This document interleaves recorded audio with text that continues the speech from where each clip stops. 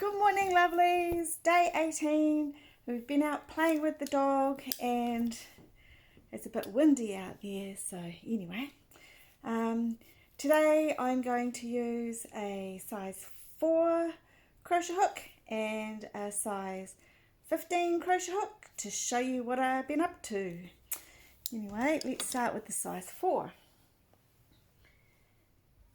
So I'm on my final row of this beauty, and that's the one with the sparkles in that I showed you quite early on. Anyway, what I'm doing on the edge is I'm making little points, little rolly points to finish it, and so it's a different kind of edge than what I've shown you before.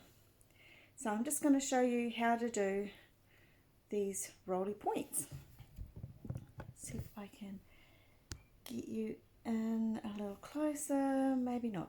Okay, so the first thing we're going to do is we're going to do a slip stitch into the hole between the trebles, one slip stitch, and then we're going to do like a treble. You wind your wool round once, you put it through the hole and you bring it back through, but then we're going to pull the wool through all 3 loops at the same time.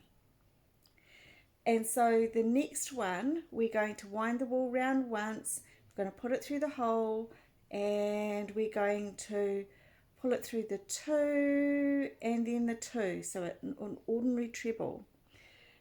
Now the next one, we're going to do a double treble, so we're going to wind the wool round twice. So do it again, 1, 2, put it through the hole, pull your thread back through, and now you can see I've got 4 on my hook. I'm going to pull it through the first 2, and then I'm going to pull it through the next 2, and then I'm going to pull it through the final 2, right, and that's the top. Now then we're going to do a treble into, this is all into the same hole, wind it round once, pull it through once and twice, so a normal treble, and then you'll notice that the top of that one that you just did has rolled in a little. That's okay. And so we're going to then wind it around once, put it through the hole and pull it back, and this time we're going to pull that through the hole through all 3 at once, and then we're going to do a slip stitch. So through the hole, actually we're just going to do a crochet through the hole, pull it back, and a crochet. So that first one, let's do it again. Right, a single crochet into the next hole, and then a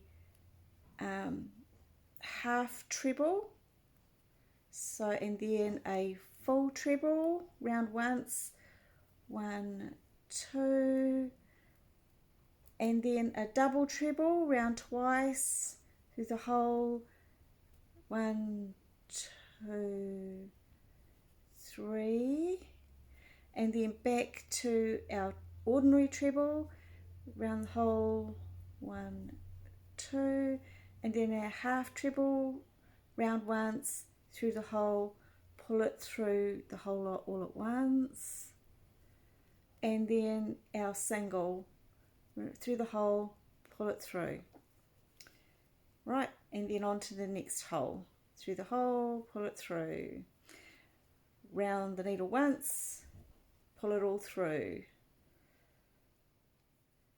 round the needle once, do your treble, 1, 2, round the needle twice, pull it, 1, 2, 3, round the needle once, 1, 2, round the needle once, pull the whole lot through once, and then put your needle through, pull it round, and finish that. And you've got a lovely little peak, and on the other side it's like a little cap almost, so it's a little thick peak. So I've done the whole lot doing that. Now I'm just going to chat a bit and head to the end and show you how to do the corner. So 1, 2, 1, 2,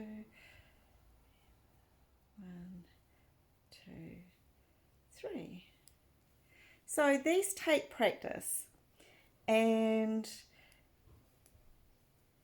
there are a number of different versions of the same kind of peak that you can do, but basically all it ends up being is you do a little one, you do a bigger one, you do a next bigger one, you do that biggest one, and then you decrease in size the same stitches the other way round, and that gives you your nice symmetrical peak.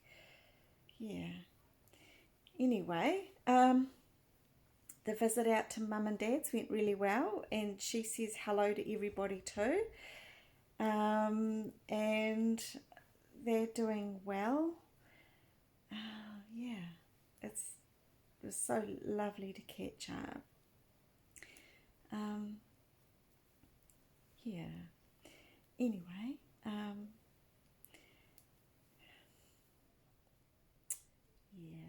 my mum and dad. So, I was watching the Polish series last night called Signs, Zanaki, and it's got so many twists and turns in it, actually. It's pretty good. 1, 2, 3. And so, 1, 2, 3. I need to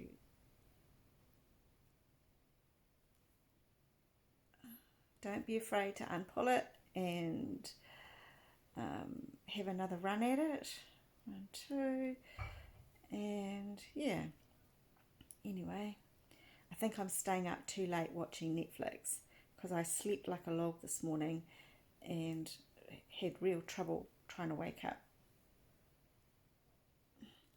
Thank goodness with that man and his coffee. Yeah. So yes. Anyway, I want to show you the corner because it is quite different. I'll show you what it looks like down here. It's got 2 peaks in the corner. So, yeah. I can't wait to get out hiking again. I'm starting to really want the smell of the outdoors and the way that the ground feels under my feet, and the way that